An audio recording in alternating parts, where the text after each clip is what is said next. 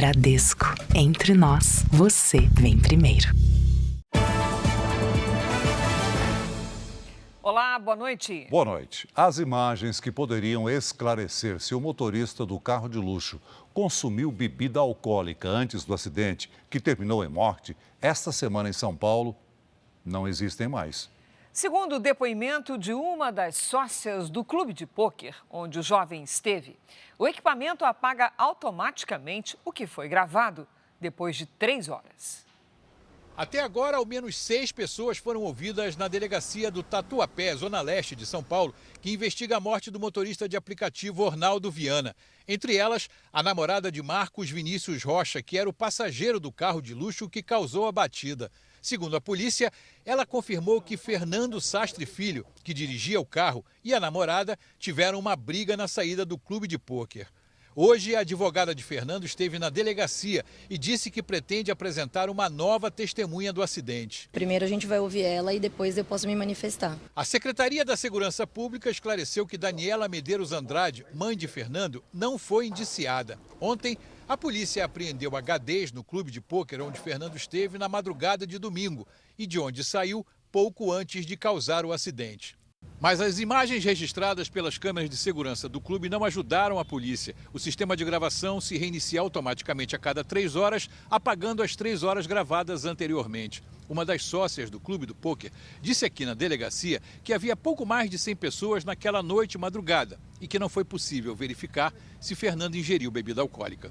Ainda segundo a sócia do clube, Fernando teria gastado R$1.000 enquanto esteve lá. O delegado que atua no caso, Nelson Vinícius Alves, afirmou que já fez o pedido de perícia para determinar a velocidade do carro no momento da batida. O delegado confirmou ainda que Fernando estava com a habilitação regular. Este especialista diz que liberar o motorista do local do acidente não foi correto. Liberar sem oferecer o bafômetro, porque não consta na ocorrência a recusa do uso do bafômetro. Então, nós temos aí, mesmo sem a investigação, fatos que depõem contra a atuação dos policiais. As imagens das câmeras corporais dos policiais que atenderam a ocorrência já estão na sindicância que apura a conduta dos agentes. Veja agora outras notícias desta quinta-feira. Polícia prende no Pará fugitivos da penitenciária de segurança máxima de Mossoró. Fuga teve viagem de barco e passagem por 5 estados. Preso no Ceará, padre suspeito de abusar sexualmente de mulher no Rio de Janeiro. Governo da Guiana reage à criação de província venezuelana no território de Essequibo. Em Taiwan, o alívio de enfermeiras que protegeram recém-nascidos durante o terremoto. E no sertão do Rio Grande do Norte, moradores comemoram o transbordamento de um açude.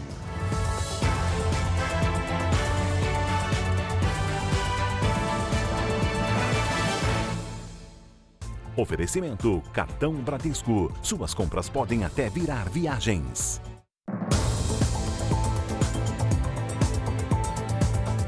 A Justiça decretou prisão temporária de um homem que atropelou um jogador de futebol em Arujá, na Grande São Paulo. A polícia investiga se uma discussão pode ter motivado o crime. A vítima está em estado grave na UTI de um hospital da região. O atropelamento foi gravado por uma câmera de segurança. Um motorista acelera o carro enquanto 3 pessoas andam na direção dele. Os homens param no meio da rua. Entre eles está Kaique de Andrade, de camiseta preta. De repente, o motorista, que estava com a namorada no carro, retorna na contramão e atinge o rapaz. Kaique tem 28 anos e é jogador de futebol. Já atuou em times do interior de São Paulo. Ele foi levado em estado grave a um hospital, onde está internado na UTI.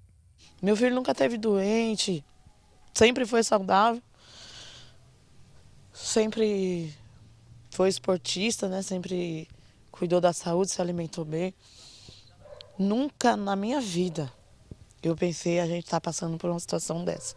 As marcas na lataria e no para-brisas do carro mostram a força do impacto. O motorista já foi identificado, mas não teve o nome revelado. Ele e Kaique teriam discutido em uma lanchonete minutos antes.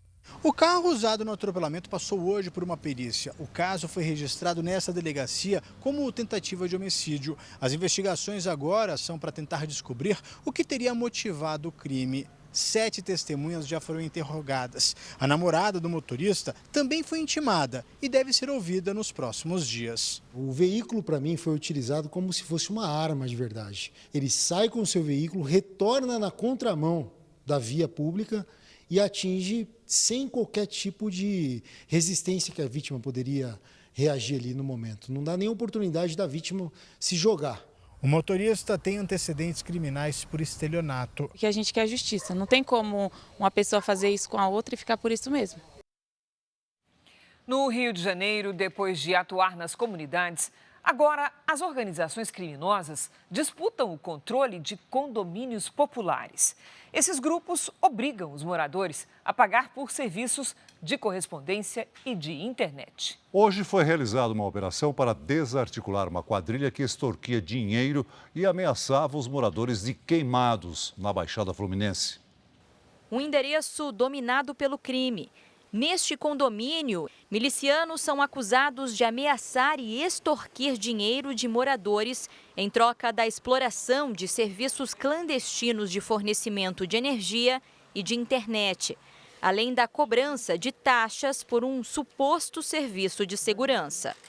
9 mandados de busca e apreensão foram cumpridos por equipes da polícia e do Ministério Público.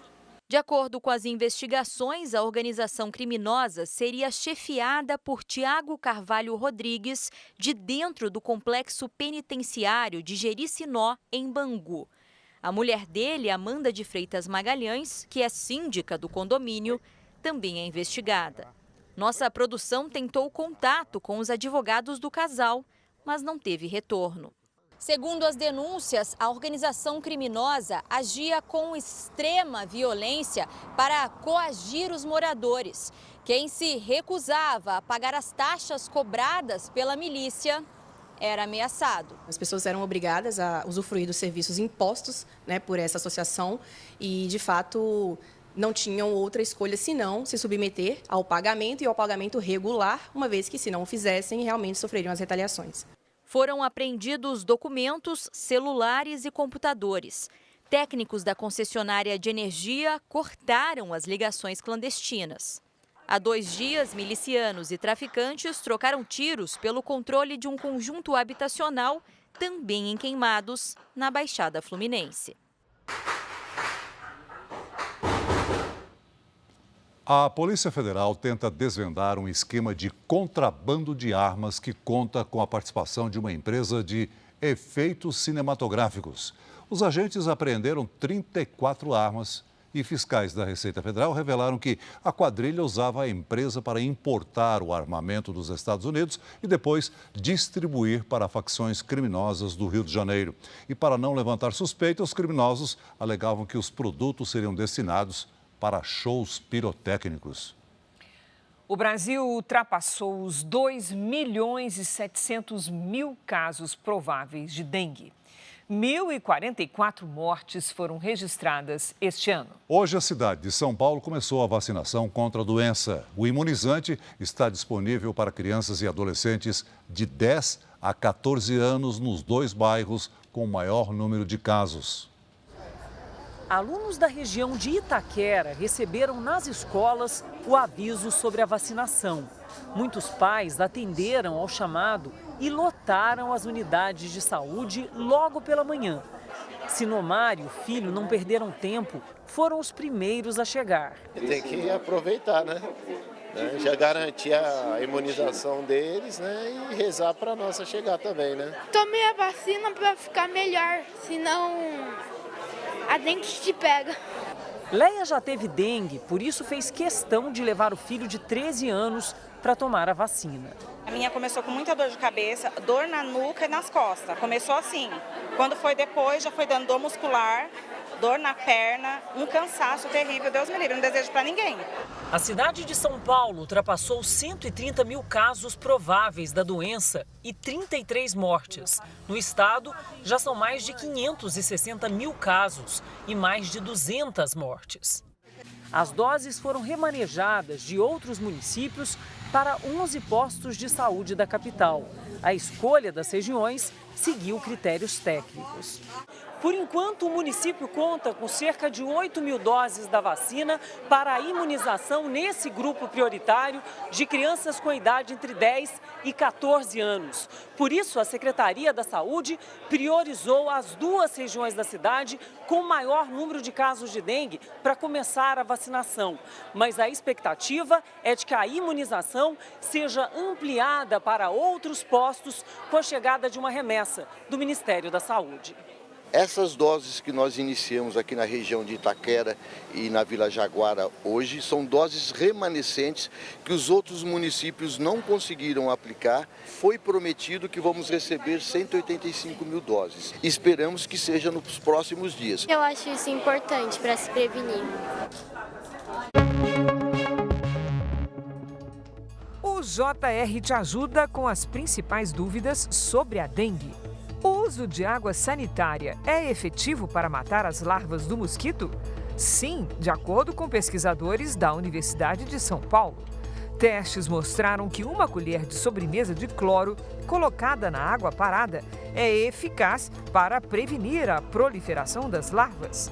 No entanto, o mais indicado é não deixar que a água se acumule em objetos, como vasos, sacos plásticos, pneus e garrafas. JR de olho na dengue.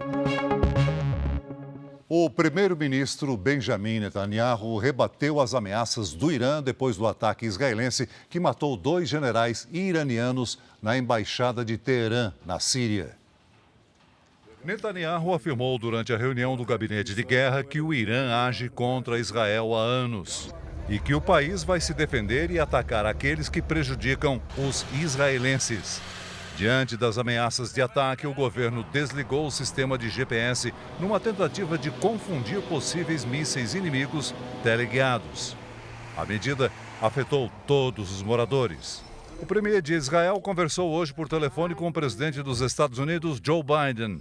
O americano garantiu o apoio ao país diante das ameaças iranianas. Eles também conversaram sobre o ataque que matou 7 funcionários de uma ONG de ajuda humanitária na faixa de Gaza.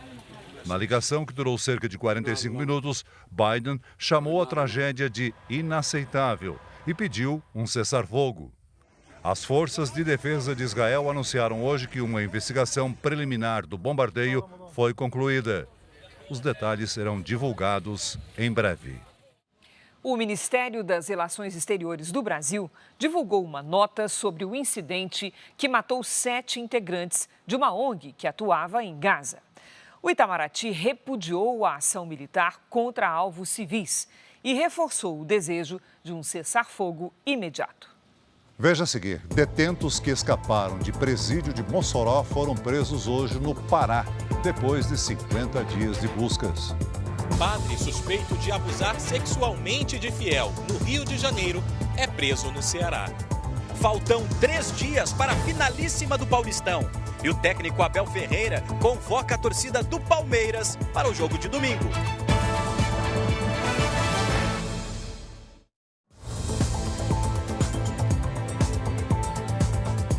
Depois de 50 dias de buscas, os 2 fugitivos da Penitenciária Federal de Mossoró, no Rio Grande do Norte, foram presos no Pará. Uma ação conjunta das polícias Federal e Rodoviária Federal pôs fim à primeira fuga de um presídio de segurança máxima no Brasil.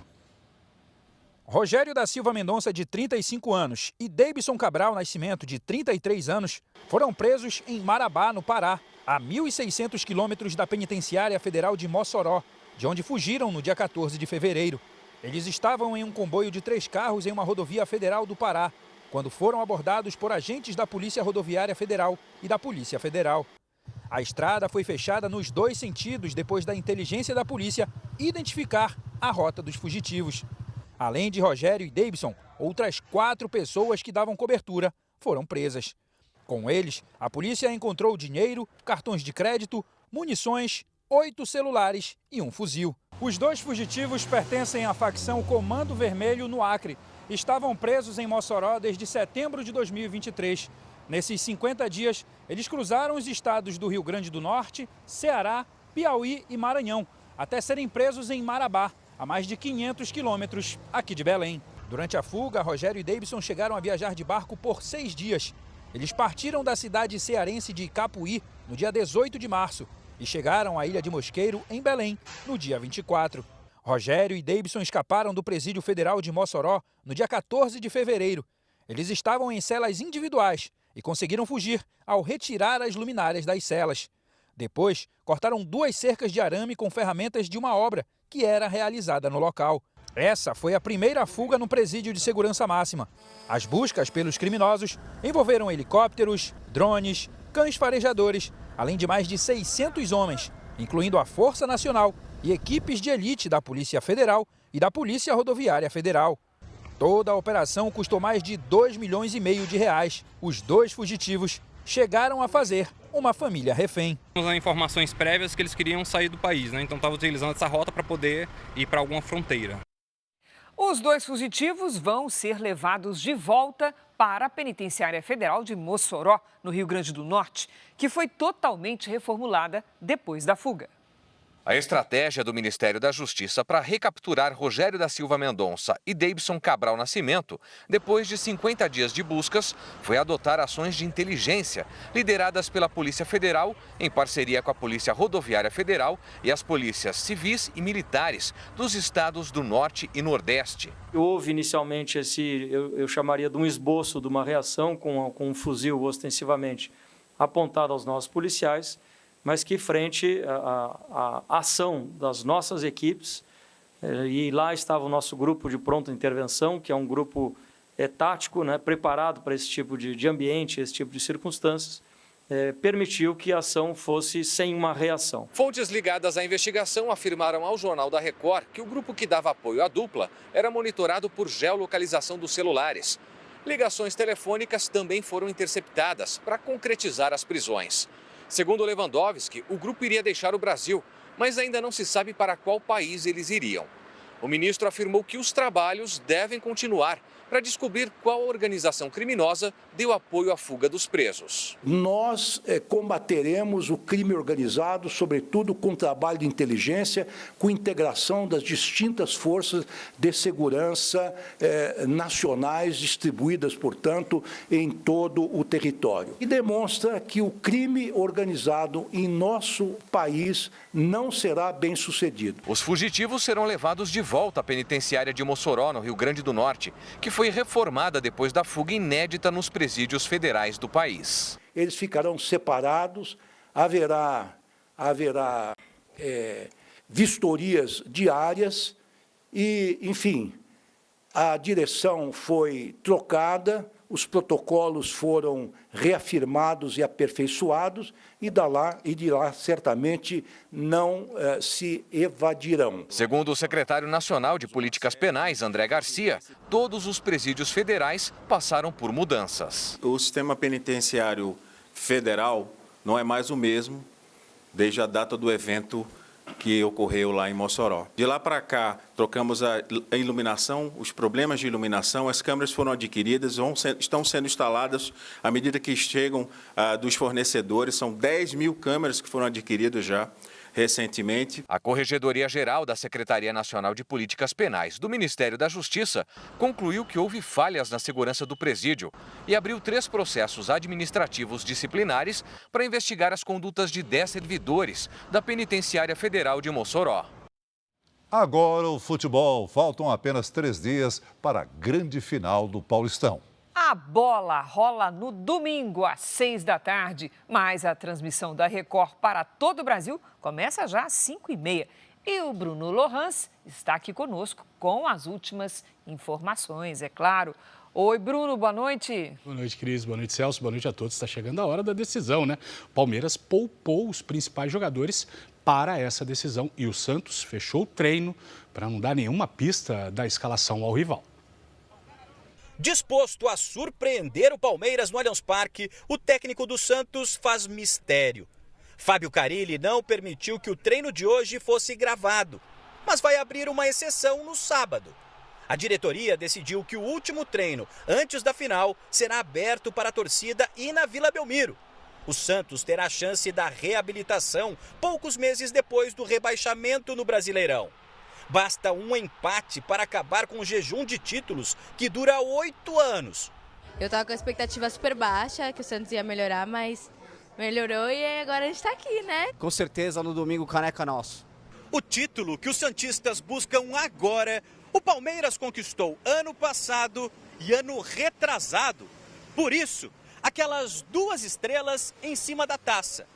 Conquistar mais uma é a primeira meta do ano no Verdão. O tricampeonato paulista é um feito que o Palmeiras não alcança há 90 anos. Abel Ferreira poupou 7 titulares da viagem para o jogo da Libertadores na Argentina. Eles ficaram treinando em São Paulo, focados na final de domingo. Em busca de fazer história, o treinador português convocou mais um reforço. Mais uma vez convoco todos os nossos torcedores para nos apoiar em todos os momentos. Temos um título em disputa e quero lembrar os nossos jogadores das emoções que é disputar estes jogos e ganhar estes jogos. Contagem regressiva para conhecermos o campeão paulista deste ano. Domingo, a partir das 5h30 da tarde, a Record transmite Palmeiras e Santos com exclusividade na TV aberta. Vai ser demais, convite feito. Não dá para perder. Impossível. Obrigada, Bruno. Valeu, Bruno. Ainda hoje, após 13 anos de seca, açude transborda no Rio Grande do Norte e moradores comemoram. O governo de São Paulo inaugura um novo local para dar abrigo e apoio humanitário a refugiados.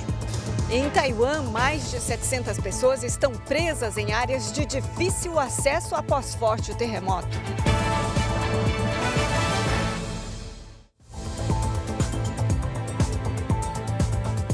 Um padre suspeito de abusar sexualmente de uma mulher no Rio de Janeiro foi preso hoje no Ceará. Segundo o Ministério Público, ele também é investigado em outros casos semelhantes. O cerco aconteceu quando o padre visitava o pai em Fortaleza. Alexandre Patioli Moreira de Oliveira foi preso pela Polícia Civil do Ceará, numa ação conjunta com a polícia e o Ministério Público do Rio. O religioso é suspeito de abusar sexualmente de uma mulher entre 2022 e 2023, em Nova Friburgo, na região serrana do Rio. Segundo o MP, o padre aproveitava a ingenuidade e a fé da vítima para cometer os abusos.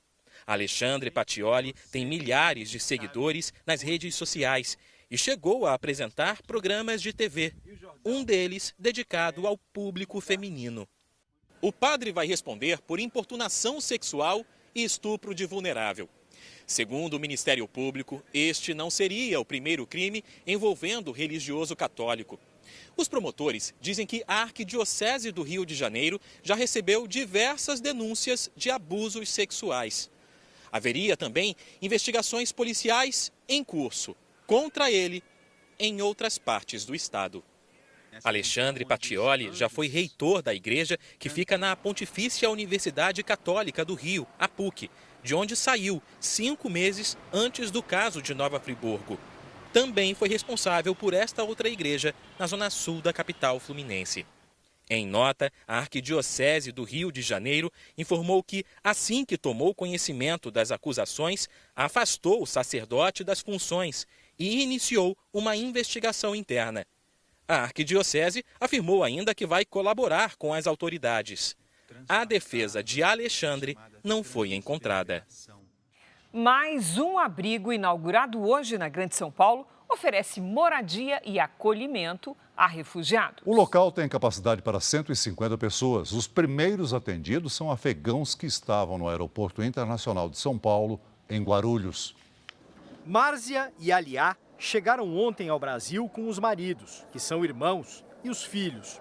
Fugiram da opressão do regime extremista do Talibã no Afeganistão. Aliá diz que só podia sair de casa acompanhada. Antes do Brasil, o grupo viveu 3 anos no Irã. Márzia conta que lá os filhos não puderam ir à escola. As famílias estão entre os 44 afegãos que receberam abrigo na nova Casa do Migrante, inaugurada pelo governo do estado de São Paulo. Durante meses, refugiados ficaram acampados no aeroporto em condições precárias. 5 milhões de reais foram investidos no prédio, para abrigar refugiados de vários países que chegam ao Brasil com visto humanitário. Há espaço para 150 pessoas. Na cozinha comunitária são preparadas 4 refeições por dia. E há também lavanderia e uma horta. São refugiados, estão fugindo de um clima de guerra e, óbvio, a gente tem todo o prazer e realmente o orgulho de poder abrir esse espaço de acolhimento. O tempo de permanência para os refugiados aqui na casa é de até 3 meses e pode ser prorrogado dependendo de cada situação. Mas, segundo a Secretaria de Desenvolvimento Social, os migrantes costumam ficar em abrigos como esse, em média, por 2 meses. E no caso dos afegãos, são poucos os que continuam depois no Brasil. O plano quase sempre é seguir para outros países, como Estados Unidos e França. O Baidulan escolheu outro caminho, aprendeu português e agora trabalha aqui como tradutor. No Afeganistão, ele enfrentou a crueldade dos extremistas. Meu primo, que eles trabalham comigo junto, quando chegou a guerra, eu falei para ele que vamos, porque elas não têm passaporte. Depois de 5 meses, o Talibã pegou ela e matou. No Brasil, ele encontrou a chance de viver em liberdade. Por isso que eu aprendi muito rápido português, que eu gosto de Brasil. A Polícia Federal desarticulou uma organização criminosa suspeita de atuar na venda de produtos químicos usados na produção de cocaína. Os mandados de busca e apreensão foram cumpridos em Mato Grosso do Sul e em São Paulo. Uma das ações da Polícia Federal ocorreu nesta empresa de produtos químicos, localizada no interior paulista.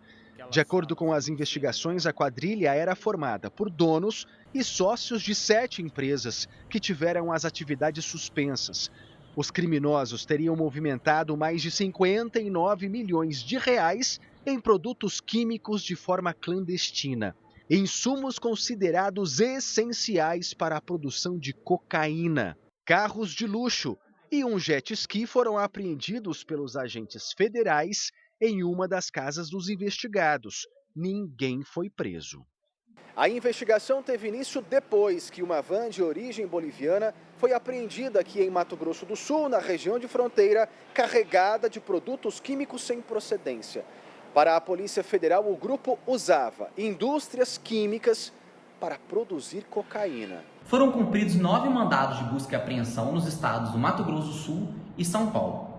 E as investigações seguem para obter demais elementos e demais indivíduos que compõem essa organização criminosa. Começou hoje em Tramandaí, no Rio Grande do Sul, o júri do caso do menino Miguel. A criança de 7 anos foi morta em Imbé em 2021. Yasmin Rodrigues, mãe do menino, e a companheira dela, Bruna da Rosa, estão presas acusadas de homicídio. Elas devem receber a sentença amanhã. 22 peixes ornamentais que saíram do Rio de Janeiro foram localizados pela Polícia Federal em Belém. A dona da empresa responsável pelo envio vai responder por comércio ilegal de animais ameaçados de extinção e falsidade ideológica, já que a nota fiscal apresentava nomes de outras espécies. 11 carros de luxo foram apreendidos numa operação da Polícia de Goiás contra um grupo suspeito de fraudar fretes. 16 milhões de reais também foram bloqueados nas contas dos investigados. O esquema superfaturava fretes entre uma empresa de fertilizantes em Goiânia e o porto de Paranaguá, no Paraná. Subiu para 10 o número de mortos no terremoto que atingiu Taiwan. Mais de 1.000 pessoas ficaram feridas. E mais de 600 estão presas em áreas de difícil acesso, onde houve deslizamentos de terra. Em Hualien, perto da região onde foi registrado ontem o epicentro do terremoto, pontes e estradas foram danificadas ou destruídas. Nestas imagens da câmera em um carro, é possível ver o momento em que os motoristas percebem que rochas caem da montanha. Eles começam a dar ré, mas uma pedra acerta um veículo em cheio. O estado de saúde do motorista não foi divulgado. Hoje, pessoas que estavam presas em um túnel foram socorridas. E em um parque de reserva natural, ao menos 59 foram resgatadas. Entre elas, este homem que trabalha em um hotel da região. A mãe dele ficou emocionada. Não consegui dormir nem comer esta noite, conta a senhora. Os resgates também são feitos de helicóptero. Um deles foi em uma área onde moradores e turistas costumam fazer trilhas. Uma mulher estava ferida. Já este grupo de mineiros foi encontrado perto de um desfiladeiro. Em um dos prédios que ficaram inclinados por conta do terremoto, os bombeiros ainda buscam por sobreviventes. Na capital, Taipei, quando o tremor começou, enfermeiras se juntaram para segurar os berços dos bebês numa maternidade. Hoje elas estão tranquilas porque todos estão bem. Em uma cidade litorânea da China, uma escola retirou os alunos do prédio por causa do terremoto em Taiwan. Em meio à correria, um menino carregou o colega cadeirante. Hoje ele recebeu um prêmio equivalente a R$ 3.500. Os governos do Japão e da Coreia do Sul ofereceram ajuda a Taiwan para os trabalhos de buscas e recuperação da região atingida. Mas, por enquanto, não houve nenhum pedido. A China também ofereceu assistência que Taiwan rejeitou. Os dois países têm um histórico de tensão, porque Pequim considera Taiwan uma ilha separatista que um dia vai voltar ao domínio chinês. Aqui no Brasil, há mais de uma semana, a chuva nas regiões Norte e Nordeste é destaque na previsão do tempo. Então vamos saber com a Lidiane Sayuri como é que a gente consegue descobrir se o volume de chuva registrado é muito alto ou não. Oi, Lid, boa noite. Como é que se faz esse cálculo? Vamos lá, eu explico. Cris, boa noite para você, boa noite, Celso, boa noite a todos. O volume de chuva é calculado em milímetros. Essa figura aqui no telão tem 1 metro quadrado. Se chove 1 milímetro, quer dizer que temos 1 litro d'água dentro desse quadrado. Muitas cidades do norte e do nordeste registram mais de 100 milímetros de chuva por dia, ou seja, 100 litros de água neste espaço, o que significa muita chuva. Agora vamos para a previsão. A combinação de calor, umidade e ventos forma nuvens carregadas. Os pontos vermelhos e roxos mostram as áreas com tempestade neste momento. Amanhã a frente fria avança em direção ao sudeste e deixa o tempo instável entre o Rio Grande do Sul e o litoral sul de São Paulo. Na metade norte do país, a chuva não para. Atenção! As capitais que devem registrar temporais são Porto Alegre, Salvador, Manaus e Macapá. Mas em toda essa área destacada aqui, há risco de transtornos. Nas manchas claras, o tempo fica firme. Nesta sexta-tarde, faz até 27 graus em Florianópolis. Em Vitória, João Pessoa e em Manaus, máxima de 32. Em Campo Grande, até 34. Em São Paulo, a sexta amanhece com neblina. Depois o sol brilha e esquenta até os 32. No sábado chove forte, faz 26. No domingo não chove e faz 27 graus. Temos tempo delivery para o Jonas de Águas de Lindóia, São Paulo. Vamos lá. Jonas, boa noite para você. Na sexta, tempo firme com 32 graus. No fim de semana, 28 com chuva passageira no sábado. Agora é a vez da Alessandra de Garopaba, Santa Catarina. Opa, Alessandra, seguinte, na sexta chove forte, tá? Faz até 29 graus. No sábado, 25, aí no domingo volta a chover forte. Se cuide por aí. Mande também seu pedido pelas redes sociais e participe do Tempo Delivery com a hashtag você no JR. Cris, Celso. Valeu, Lidy. Até amanhã, Lidy. Veja a seguir, nos Estados Unidos, paciente que recebeu rim de porco já está em casa. Casos de câncer de próstata devem dobrar nas próximas décadas, alertam pesquisadores americanos. Guiana ameaça acionar Corte Internacional de Haia por tentativa de anexação de território pela Venezuela.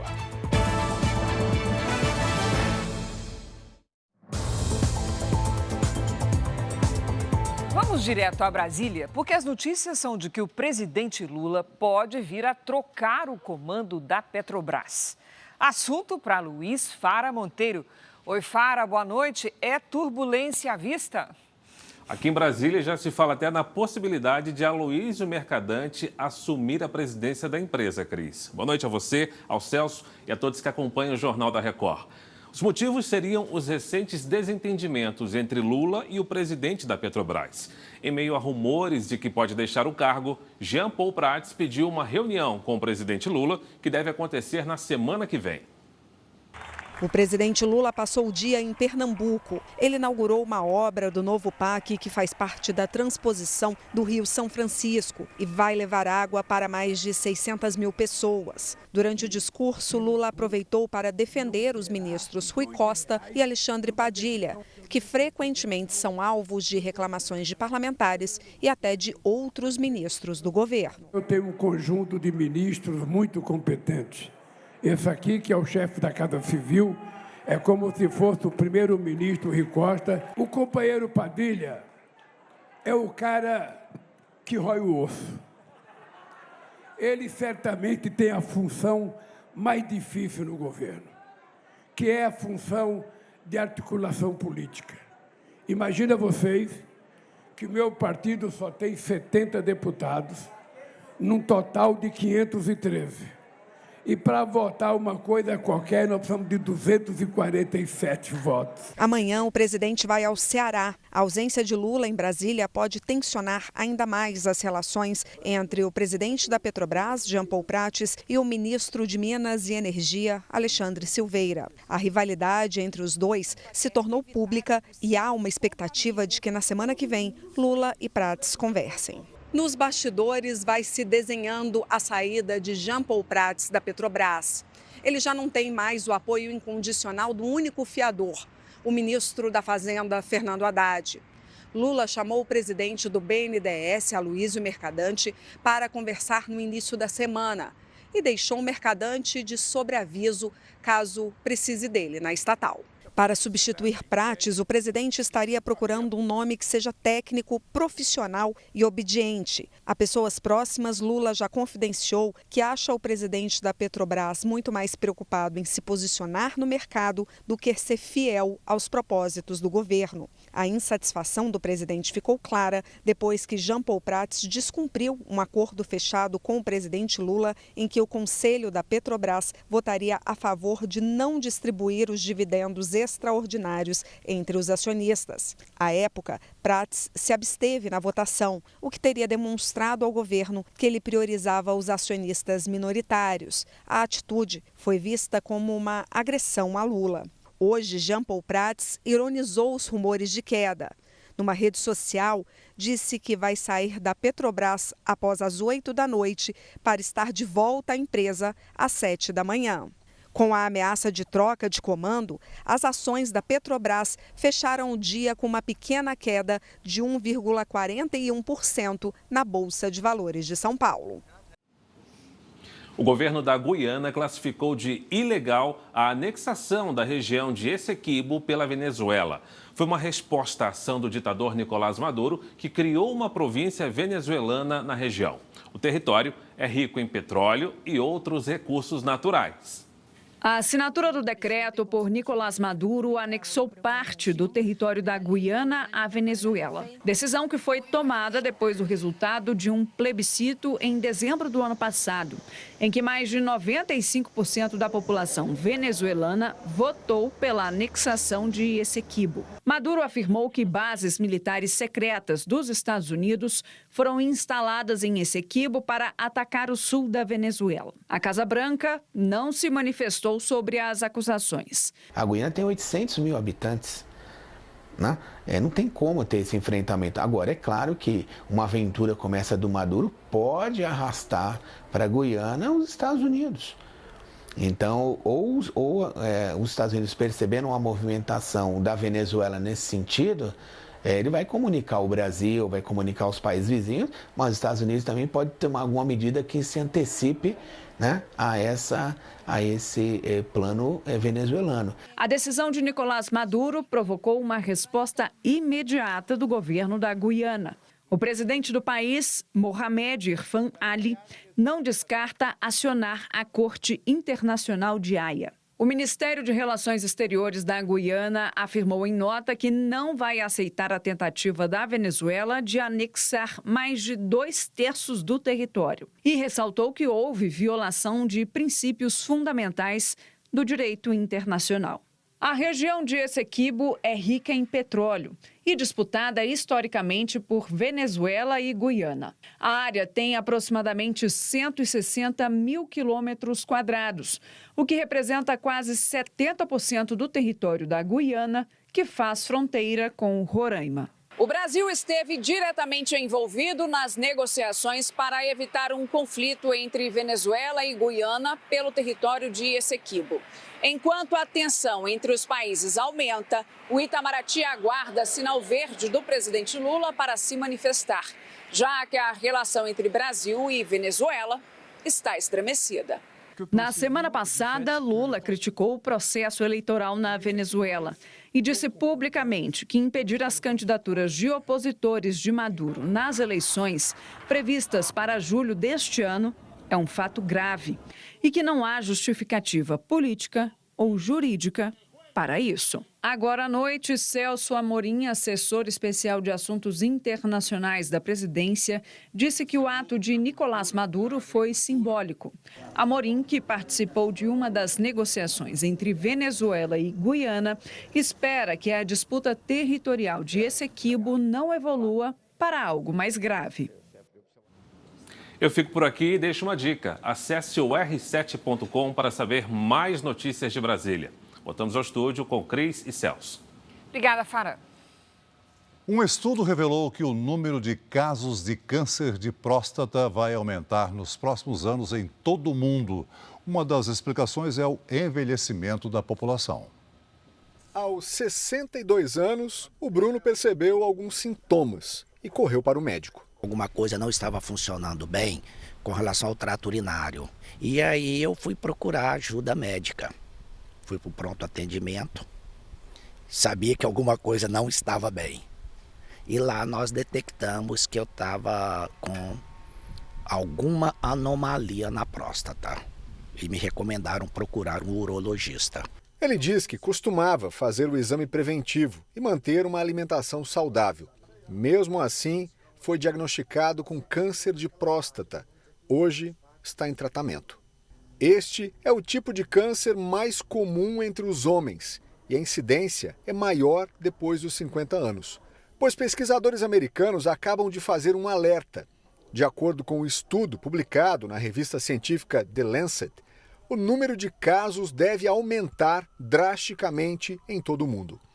Os cientistas concluíram que o número de pacientes pode dobrar em menos de 20 anos.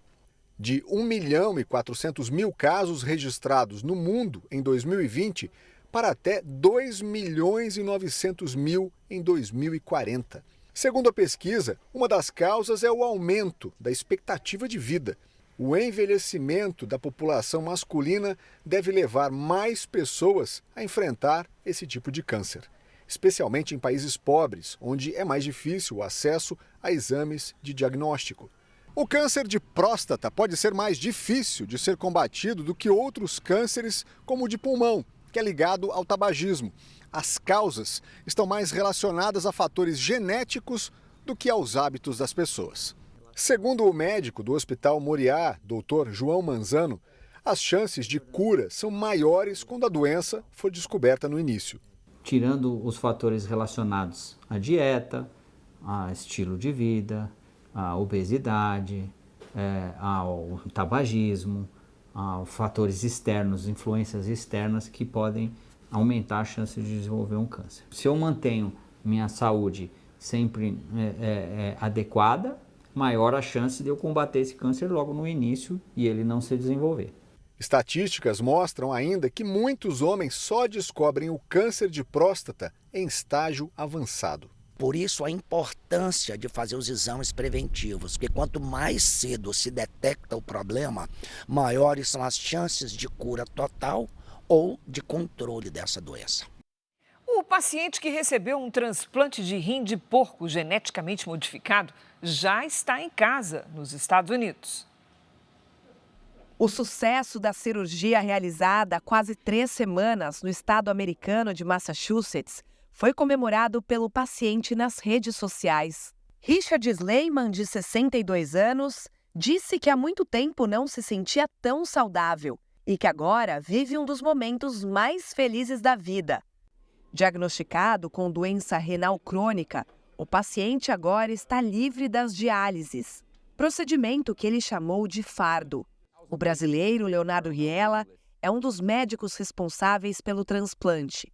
Ele conta que a recuperação de Sleiman foi ótima. A gente acabou mantendo ele um pouquinho mais no hospital, porque a função renal do rim dele, depois de uma semana, deu uma piorada. A gente fez uma biópsia que pareceu ser uma rejeição.